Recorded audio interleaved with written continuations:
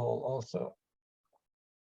And everyone's muted, but that's for background noise. Please unmute yourselves if you want to ask a question.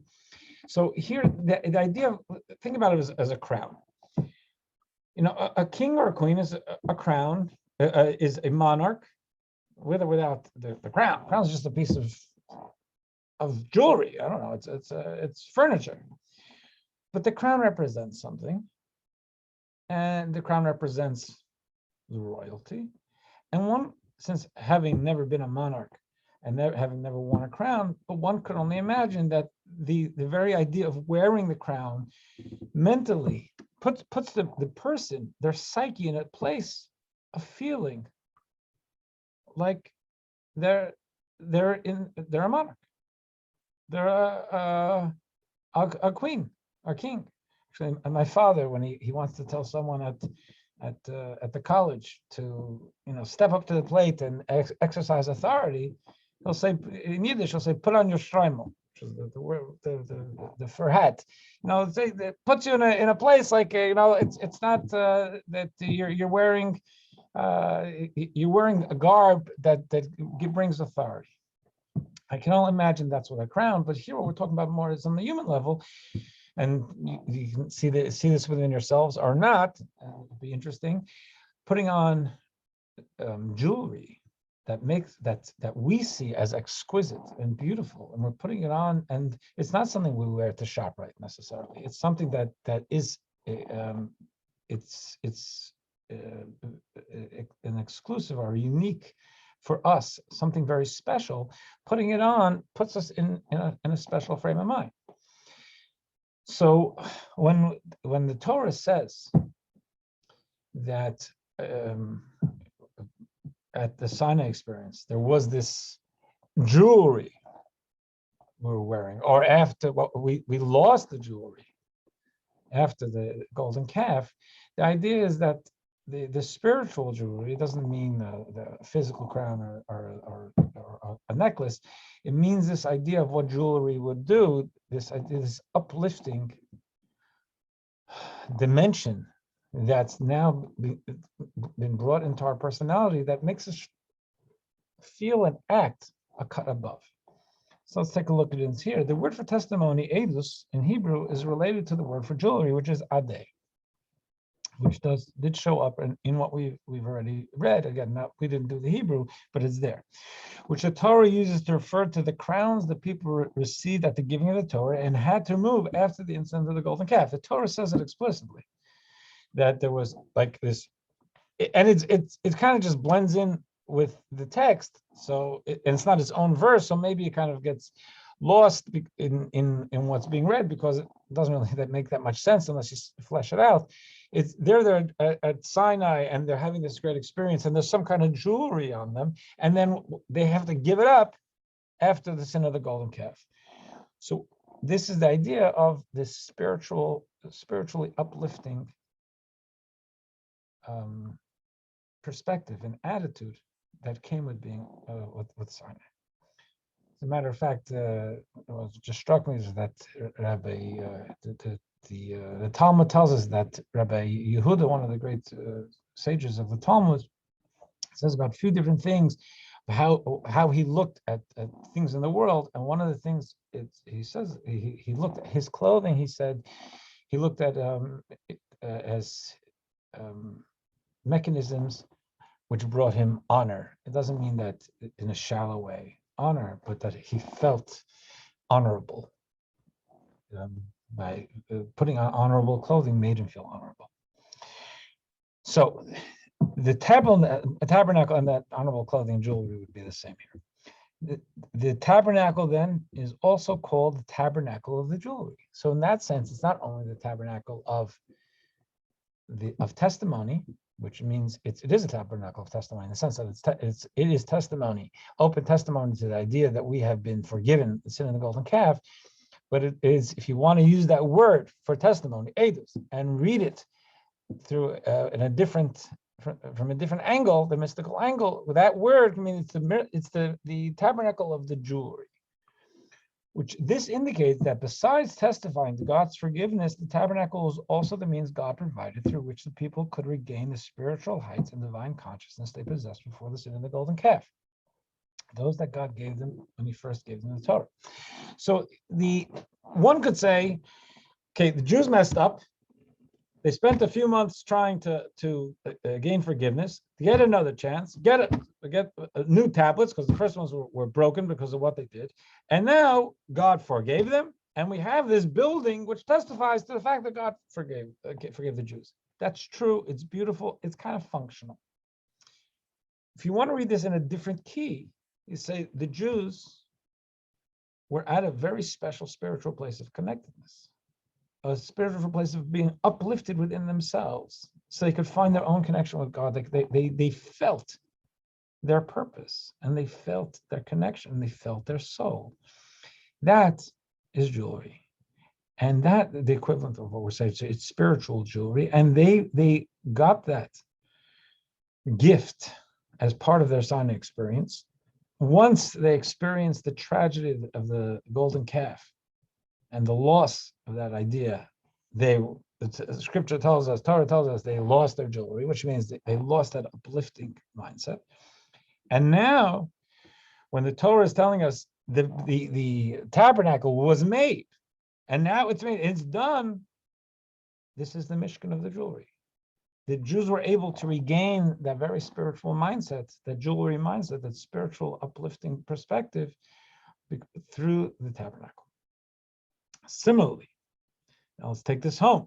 We've said before that when in the language that the Torah uses, when originally the first time God tells Moshe to make a tabernacle, it says, make me a tabernacle. The Jews shall make me a tabernacle, and I will rest within them. It doesn't say rest within it, I rest within them. And the idea is that it means rest in each and every one of us, and how that is fleshed out in our Torah wisdom is that each and every one of us has the capacity to create a tabernacle within our own hearts, souls, lives, homes. This to make that's what the whole idea is. The idea is not just to have a central place where I can go and experience God. Judaism is not about that. Judaism is about experiencing God within our own lives. Each and every one of our lives should be a tabernacle for God. Our breakfast, our business, our home, our bedroom, every part of our lives can be a tabernacle for God. So if we're saying now that the tabernacle is a tabernacle of jewelry, and the macro tabernacle, the building, the structure in the Israelite camp was a structure which helped us to re-achieve that spiritual jewelry, that uplifted status. So now what about our own personal tabernacle? Similarly, by constructing our inner personal spiritual tabernacle, we too can overcome any spiritual handicaps we may have accrued during our lives. We all have our own mini golden calves. None of us is perfect. We all make mistakes. And we just like in the golden calf, there was a frenzy. Their emotions got the better of them, and they did things they knew they shouldn't do. But that's what happens, unfortunately, in the human condition, unless we really take it by the horns and we guide ourselves and we discipline ourselves and we control ourselves. But for most of us, we'll have periods of that. But in life, we're not going to bat 1,000. So if we go through periods of time where we have our individual, not only do we have our individual tabernacle, God willing, but we also have our individual golden calves, then we need to be able to recover from that and get back our jewelry. If yesterday wasn't a spiritually inspired day, and maybe I look at myself and think I could have done better, and I should have been more in control of myself, and I'm not happy with where my drives or my emotions or my fears took me, today's the day to focus on building my tabernacle. may have accrued during our lives, attain some so that we can attain something of the pristine divine consciousness God bestowed upon us when the Torah was first given. This is consistently available to us. The Torah is not, in that sense, it's a very important perspective on Torah, a Hasidic perspective on Torah. Torah is not only an account of what was, it's an account of what is. We are living the Torah's narratives consistently, whether we know it or not. And the more we know it, the more we can guide our lives.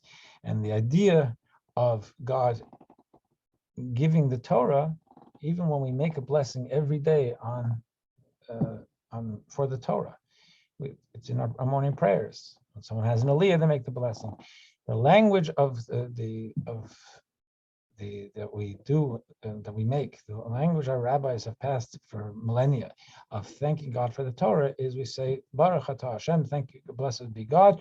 No sein HaTorah. No sein HaTorah means who gives the Torah. It's a present tense word. Hebrew is very precise. And the God who gave us the Torah would be a different word, Natan HaTorah, Nasan HaTorah. No sein Torah means it's a presently ongoing experience. God gives us the Torah now. If we open ourselves up to it, and in giving us the Torah, we can re-experience Sinai, we can re-experience the spiritual connectedness, that the spiritual jewelry, so to speak, and we can construct our tabernacle today. Flip side is we can also, God forbid, create the golden calf today. But life is like that, and we're constantly striving to live these lessons in the present tense. Okay. Unless there are any questions, move a little further. Verse 22. Moses' chief artisan, Bezalel, the son of... Rabbi, yes, can I ma'am. ask a question? Sure. I thought that there's something indicated in something, which I'm not sure which document, that 3 times a year, a man recognizes a woman and gives her a special gift, a piece of jewelry to recognize that. Is that from this part of the Torah? You know, it probably can be connected. What you're probably referring to is, let me just start from there. In the Code of Jewish Law, based on the Talmud, but in the Code of Jewish Law, we're taught that there are three what we call regalim, the 3 pilgrimage festivals, 3 Yom Tovs, where traditionally Jews would make that a time to stream to Jerusalem, to be there, and they're still very special holidays and known as the 3 pilgrimage festivals, the 3 regalim in Hebrew. That's Pesach, Shavuos, and Sukkot. So on Pesach, Shavuos, and Sukkot, there is very clear and direct guidance to husbands to buy jewelry for their wives. Now, why are we buying jewelry for our wives? And what's the point? The point is that Yom Tov is a time for us to rejoice, be happy. And very often, in the Jewish community, as much as Judaism starts and is focused on the home, and as much as the mother of a house, or the woman of the house, is really in many ways is the quarterback of the home's spirituality, in practical terms, very often things that were going on might be out in the synagogue, or it might be they're going to Jerusalem, and a mother with a baby couldn't make it coming from Tzfat. It wasn't a wise journey to make. So I believe that what Code of Jewish Law is saying is we want to have an uplifted holiday spirit, and as part of that, you want to be able to give jewelry to lift the holiday spirit, and especially, I mean, the guy needs to have an uplifted spirit too. But I think why there was more focus on giving it to the woman was because sometimes the women of the home, just because of what was going on with the kids and so on, couldn't always partake in what was going on outside the home to celebrate the holiday, and therefore they could feel deficient in their spiritual, in partaking of the joy of the holiday. So it's up to the husband to try to make sure that the atmosphere within the home was festive and felt uplifted, that it was special. Obviously, do it spiritually too, but a piece of jewelry was a way to do it in a more concrete way. Can I just ask you, ask you another question? Sure. Okay, so, if you look at, I'm just thinking about it in these terms, if you look at the Torah where it talks about a man being able to have two wives, one is the one who gives the children, and then there's the woman or girlfriend who gets all the jewelry. Whoa. Torah doesn't say that. All right, let me finish my comment. It's just page No, 27. you can finish your comment, but if you're going to quote Okay. Torah, I gotta stop. All right, but let me get that. It says there are two women. I know there's two women. One gives the children and the other one gets a certain form of treatment, correct? No. We're going to get this. It says. All right, I withdraw it because I want to get to my point. Yeah. I know what it says. We'll get back to it. But the point is, there's something about a man when he gives a piece of jewelry to a woman, another woman, okay? He wants to give this gift to treat a certain type of woman in a very, very special way. You're not commanding him to do it. He voluntarily wants to do it, like making the idol. Meaning he's not being asked to do it as an obligation. There's something that a man is captured by giving a piece of jewelry, even to make an idol like the golden calf. You're talking about to a woman who's not his wife? I'm going to get to that point. Okay, let's withdraw the first comment about the two wives that exist in the Torah, and it was halakha Ruth removed it. The point is, when a man voluntarily gives a piece of jewelry, it has a different meaning. It captures a part of his soul that an obligation would not, almost like a mitzvah.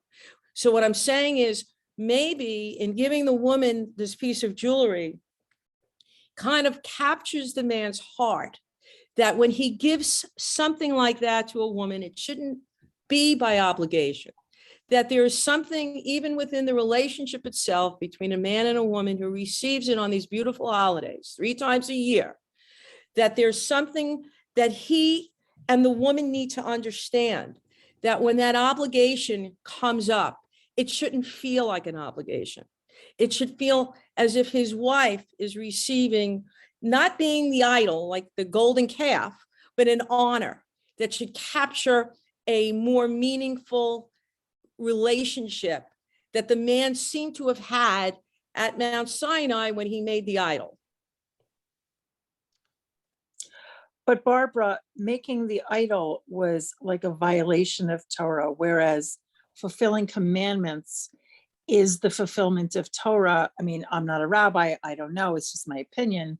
But in other words, when you come to the commandments, right, and you're asked to fulfill them, whatever the commandment is, your heart should be wanting to do that.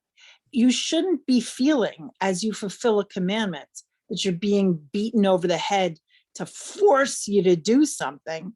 I don't know whether it was in shul that we were talking about this or it was in the class, but the rabbi, I think it was last week, he was saying that like you get to the point, you don't miss the shrimp.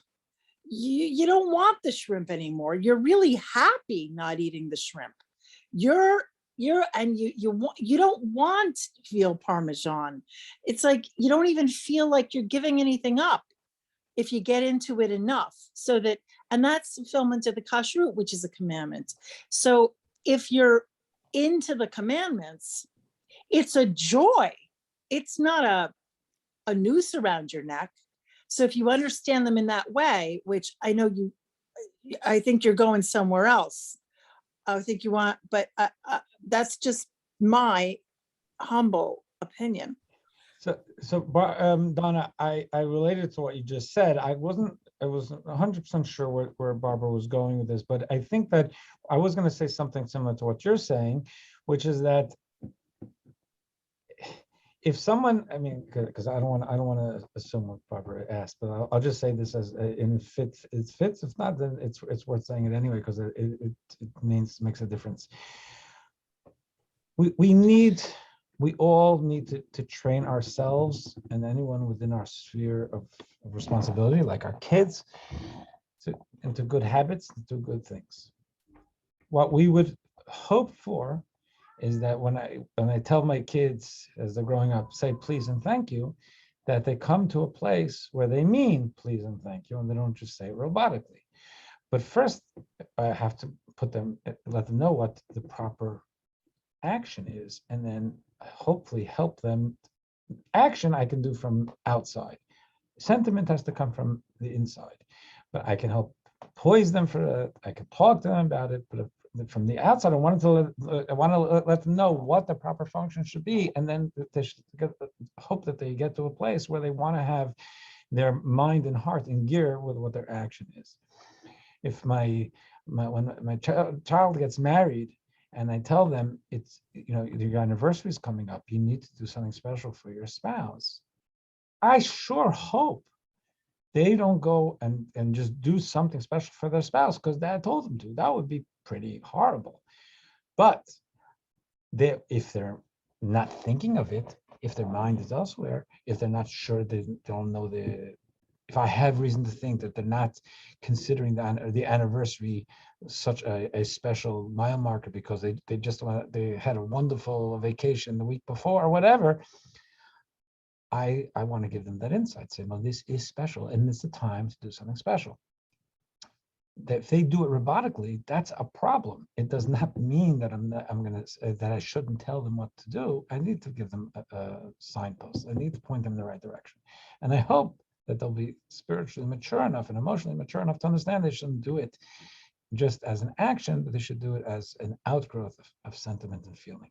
The jewelry is similar. The idea, if someone goes out and just buys jewelry, drops it on the kitchen counter and says, "Hey, good Yom Tov," like they do with the a dozen eggs, they haven't fulfilled what the rabbis meant with that guidance. They bought jewelry, but it's a very dead mitzvah. It's lame because they're just doing it robotically. I would hope that, again, all of this, you can't legislate being a mensch, but you can give them guidance. And with jewelry, as with anything else, every mitzvah we do, we want to be able to get to a spot where we actually are enthusiastic about the mitzvah, and we understand and we feel the mitzvah. And if we're not enthusiastic about it today, we'll do it anyway. Rabbi, in adding to that, first of all, both Donna and you made my point. And this is the enigma. It's the enigma that I'm addressing, the same enigma when Moses came down from Mount Sinai the first time and couldn't understand why the Jews didn't have the patience to wait, went back up, came back down with the point that I'm trying to, is that captured enigma between wanting to do it because it's a mitzvah, especially in a relationship between a man and a woman right now. When it's something where you're doing mitzvahs, people have enough problems doing the 613. But something between a relationship between a man and a woman, that captured enigma where a man wants to do it, not because he's doing it, meaning do and understand type of obligation, but to do it in his heart so it captures the relationship and maintains the beauty between a man and a woman when they're married. That enigma is what I'm asking you about, that when a man really wants to do something and doesn't do something out of obligation, it's a different type of feeling and emotion that should be wrapped up in mitzvah. I agree with you. What is it that stifles that?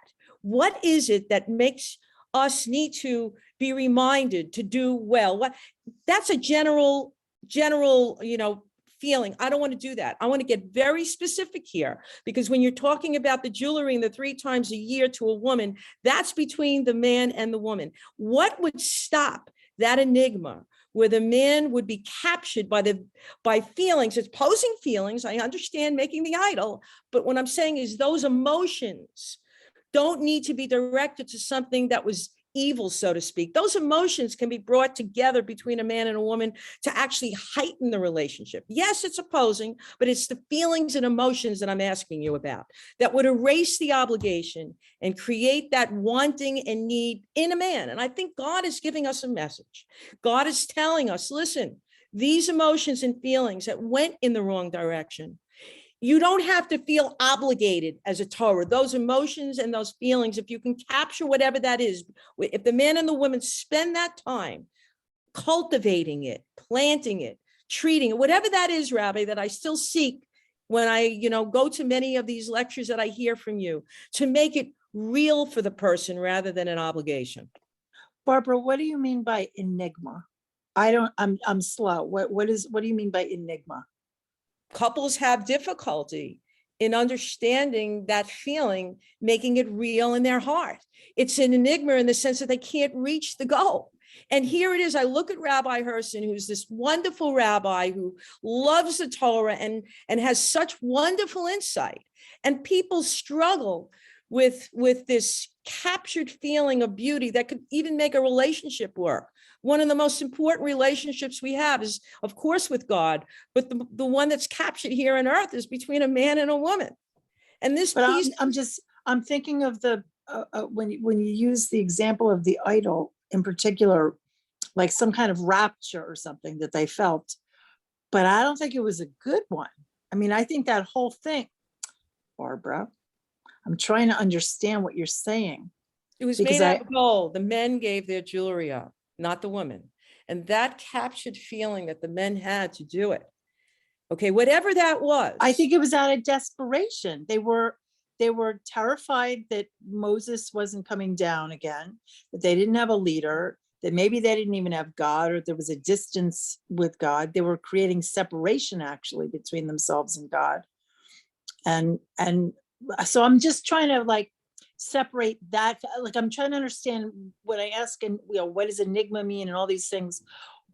I'm trying to understand what you're saying, not rip it down. I'm trying to tease it out. Like, what are you, because I don't understand it. And even when the rabbis, I can't hear you, Barbie. We want to take it. I can call you and talk to you about that, Donna. Rabbi, I just wanted to make this point.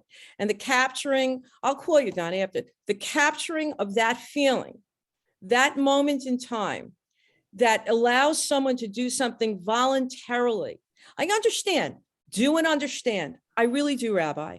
But the capturing of that feeling, especially between the man and the woman, that's the capture that many of us struggle. I mean, I'm a divorce lawyer. This is what I do for a living. And it's heart-wrenching. And I always say to myself, what could have captured these two people where the man would voluntarily, or the woman would voluntarily, that feeling, that emotion of making that idol out of this jewelry, okay, became so much more important than when the jewelry is given to his wife to make it less than an obligation. I understand what you're saying. You do it and you understand it. But where do you capture that emotion, that feeling, where you don't have to convince a person anymore about that obligation? I think that the core of, and this, and then we can move on, I guess, but the core of what I believe you're saying is really a core struggle with life. You're framing it as between man and woman. It's really much larger than that. It's about anything. Chabad philosophy, the core of Chabad philosophy, the primary textbook of Chabad called Tanya, is written as a book of strategy to be able to have our emotions, to channel our emotions in the correct direction as defined by our higher self, our mind, our rationale, but in a sense of truly our deepest inner compass of what we know, of where we belong. So the idea of how does someone maintain enthusiasm when putting on tefillin in the morning? To me, that's not really, its core is not very different than how does someone maintain enthusiasm in their marriage? Or how does someone maintain enthusiasm in a diet? Because In the what? I didn't get the last one. In the in a what? diet, Oh, diet. because doing things is one thing. But the fact is that emotionally, when our emotions are they're easily pulled in different directions. And they distract from our more logical, moral path or compass of what we would have set out for ourselves in the morning. If you sit quietly in the morning, you're looking at the sunrise and you're having a coffee and you're thinking about life, you say, this is who I am, this is who I need to be, this is the life I want, that's what I want to do today. That's great, it's wonderful. That's what we should be doing during prayer. But then, once you get out, or once you get on the phone, or once you get on the computer, you start working with clients or whatever, a lot of stuff, there's many different things that will pull and push you off that track. And they're distractions, and they're going to pull at your emotions. They're not going to change your priorities. They're not going to change your perspective, your deeper perspective, but they're going to pull you away from that perspective and say, I got to do this. I got to do that. I feel this. I feel that. I'm feeling lousy. I want to have that, whatever. It's the emotions are really, that's the engine of who we are and how we interface with the world. And without proper guidance, without proper discipline, our emotions can go all over the ballpark and get us into trouble sometimes. And certainly be invested in things where they're not being invested in the right place, especially if, familiarity breeds contempt. What does that mean? That's a horrible thing to say. It's that why should I be emotional about it? I take this for granted. That's a human thing. We take things for granted. If it's the same thing day after day after day, yeah, it made me excited the first day, but I'm 1,000 days in. Why should I be excited today? That's not abnormal. That is not a neurotic type of a human feeling, saying, why should I be excited today? And the mind has the power of answering and guiding, saying, this is why I should be excited today, because this is beautiful. It's great. There was a reason you were excited about it 1,000 days ago. And as a matter of fact, things have grown along. You should be even more excited. But without the mind framing it that way, the emotions are not instinctively going to go in that direction. We like new things. We like shiny things. Like it's like a kid. You give them something for Hanukkah, right? A 5-year-old, they're going to be excited until Thursday. That's the kid part of us that doesn't go away. So Chabad is actually it's founded on this struggle, which is a normal human struggle. So how do I stay enthusiastic? How do I channel enthusiasm? How do I find enthusiasm? And it's husband and wife is an example. You can say it's prime example, the most important example in our lives, all of that. I get it. And the Torah frames that as obviously such an important, essential relationship in the world. But it's not peculiar to that. Rabbi, you're so brilliant. I want to just say something. This is exactly the conversation that I had with myself every single time I received jewelry from Jay. In my mind, this was the struggle, and I was concerned whether it was done out of obligation, out of true love, and to capture that moment every single time. And as attractive, and all my 36 years married to him, I wanted to believe that every single time he did it because he did it from his heart, not out of obligation. And I would take the Torah and read the story of Mount Sinai, even before I got involved with Chabad, because in your mind, I was Jewish, but I struggled to get back to my own faith. I would pick up this tattered Torah that my grandfather gave me, and I would read this section. It's part of the battle that comes with being human, and it can be done, and it is possible, and that's what this Chabad philosophy came along to tell us that we can look reasonably for normal human beings, not the incredible spiritual masters and the spiritually evolved people, but normal, quote unquote, normal human beings can live a life of enthusiastic connection with God, with each other, with life, with people, but it takes control of the psyche, and it takes framing. And I've shared with some of you on a Tuesday morning, I think years ago, when I went to London, as we have in the Chabad system, as before you graduate college, you spend, in my years, it was 2 years as a student rabbi in some far off place where you still continue your studies, but you're a student. You teach Torah to community members and sometimes kids in a school. So where I went was to London, and we had a small group of my class, and there was a particular classmate who I'd been with since 7th grade, which is when I went off to Lubavitch Yeshiva in Brooklyn, and we didn't like each other. Like, really not. We didn't like each other. We never fought. I just stayed away from him, and I'm pretty sure he felt about me like I felt about him. And maybe we were very alike. I don't know, but I really didn't like being around him. And we ended up in the same group, which was really the only downer of the whole experience. Oh my God, now I'm stuck with him, and we're going to live in one apartment far away in Europe. And I didn't like that in myself. I didn't like how I felt about him. And every day, we came there after Simchas Torah to London. And every day before davening, as I was preparing to daven, I would, just thinking and trying to get into the zone for davening, I would think about this guy.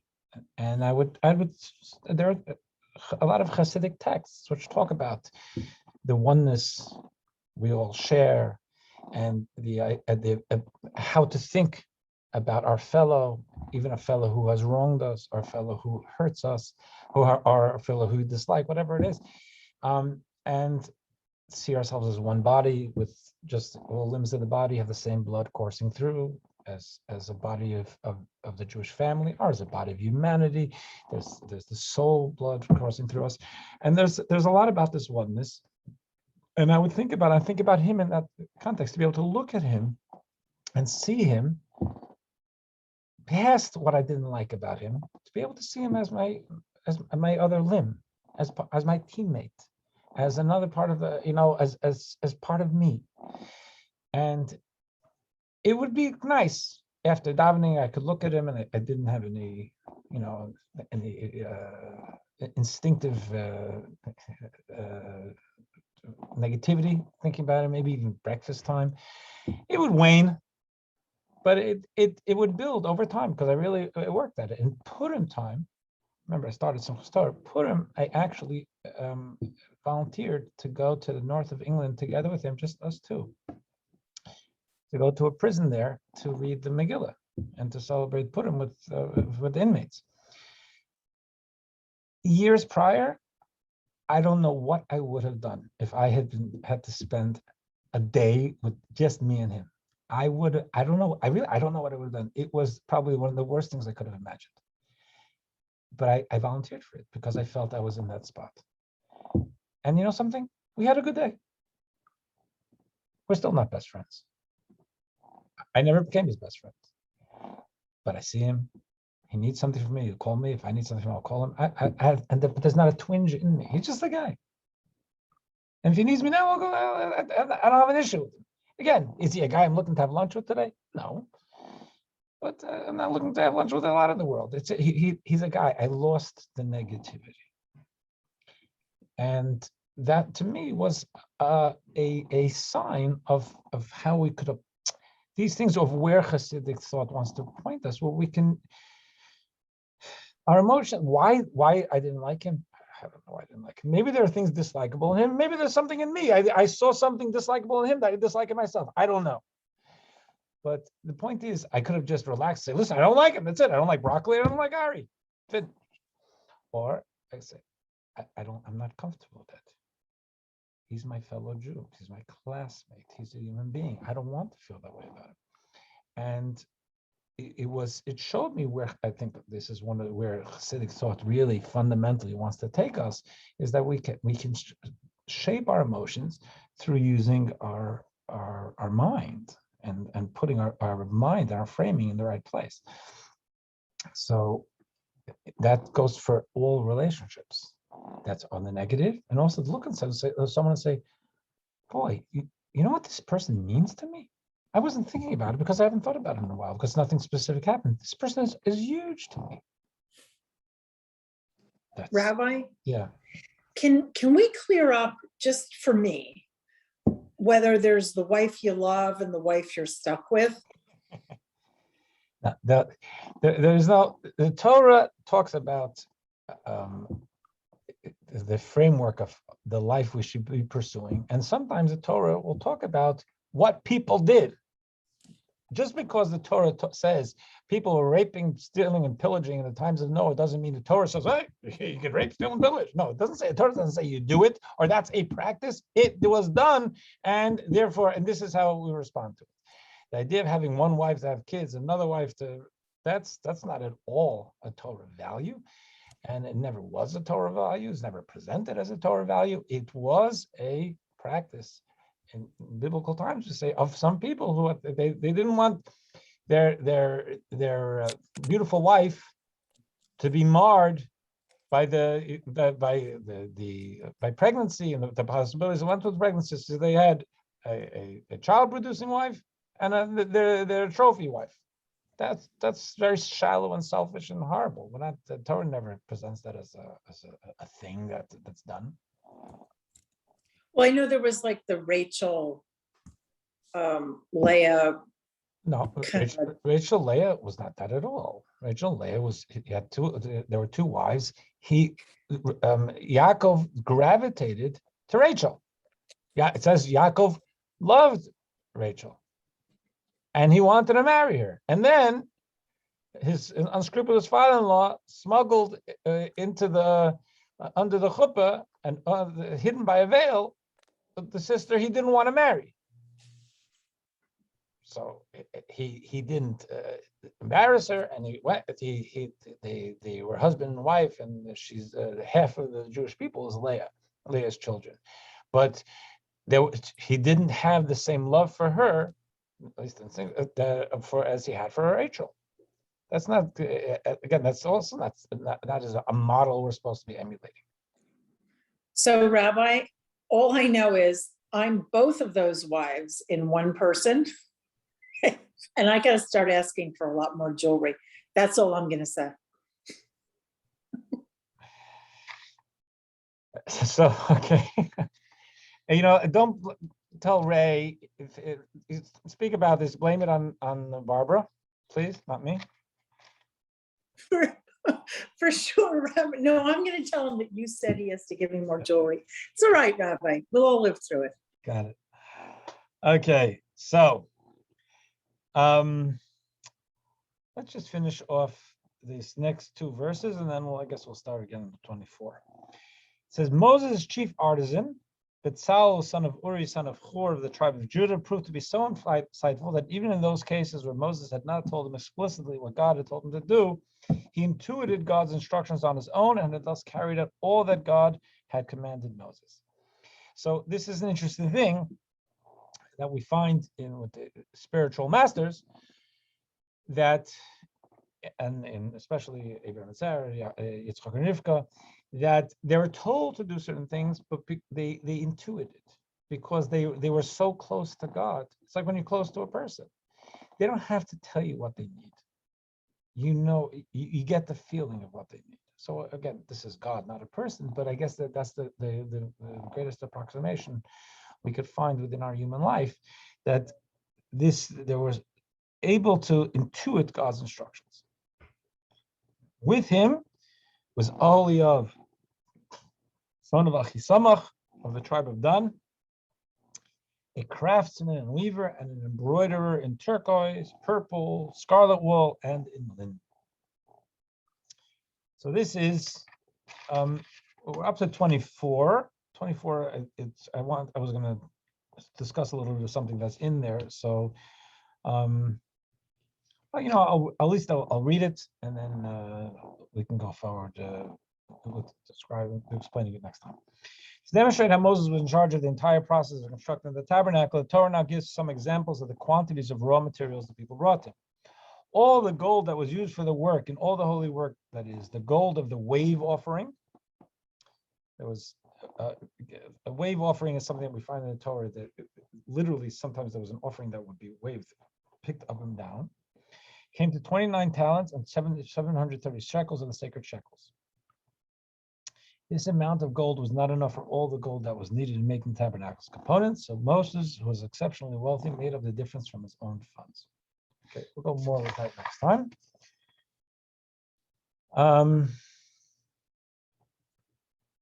Wish everyone a happy Hanukkah. Mendy, I did have a quick question if there's time. Sure. I'm curious, this is a very physical, tangible example of, let me turn on my video to the gold and the jewelry representing things.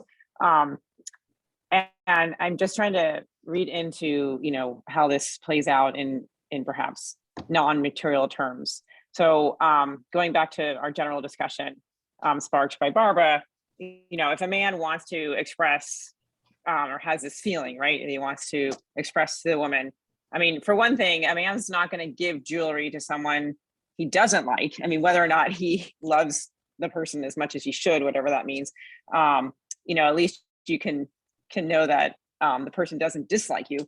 But the other, right.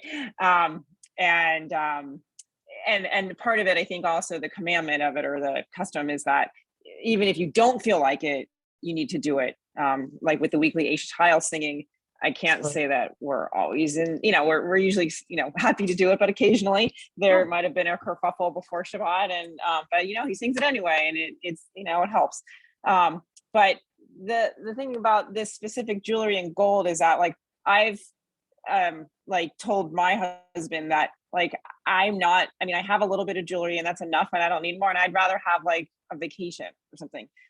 Does it have to be gold and jewelry? Is there something inherent in that material that's so special because it was used for these type of activities? Or, is it just the husband should give something with the value or worth of gold? I think that's a great question. And I think that there's a balance to be struck. My wife told me she doesn't want to have, she thinks that having fresh flowers in the house is a waste of money. I wanted her to bring home for Shabbos. She doesn't like it. It's for her. It's not for me. So I don't do it. I mean, it would be bizarre. I'm doing something the Torah tells me to do and do it for my wife when my wife said, I don't want it. That doesn't make much sense. But at the same time, I would say that, so I think that having a conversation of what would be special is a good idea. At the same time, I think that if there's something small we can do on holidays, it's a nice idea. So it's not jewelry, it doesn't have to be jewelry. It could be a kugel. But it's something that, Yom Tov is coming, I'm thinking about you. I want to know, what can I do special for you to make your Yom Tov a little bit, give a spark to your Yom Tov. Maybe a book. It doesn't have to be jewelry. Okay, actually, I think it's nice that the texts give a man some guidance in that, because there are plenty of men who want to do something nice and then they do something that's totally ridiculous that the woman would never care about. So at least jewelry is a decently safe bet, even if it's not their favorite thing in the world. So it's nice there's some guidance. What you brought to my mind now, which is not totally the man-woman thing, but I think it's on point. We're supposed to eat a good meal on Shabbos.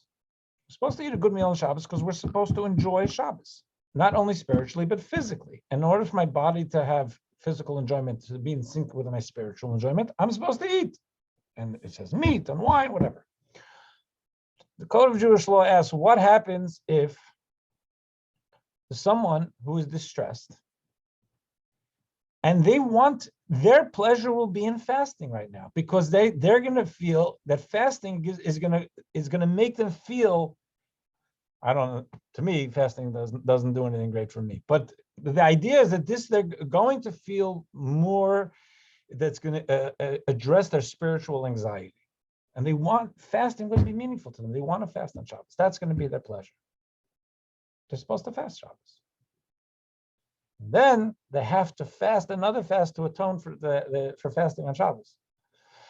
But the idea is that they're what we call oneg Shabbos, the pleasure of Shabbos. If the pleasure of Shabbos is fasting, so you're going to stuff some chicken down his throat. It runs counter to the idea. So it's here also. If the Torah says give jewelry, and here some woman says this doesn't do it for me. I don't want that. My wife says the same thing. She says, if you do it, give me something, but you can't afford to do what I want 3 times a year. What that's going to make a difference to me. So I'll find something else to do. But the idea that we're in our heads, Yom Tov is coming. It's not only that I have to get matzahs and lulav and esek, and it's not only I have to set up, whatever it is for Yom Tov. I have to do something to enhance my wife's Yom Tov. That's great. It's guidance. Does it have to be jewelry? So it won't be jewelry. All right.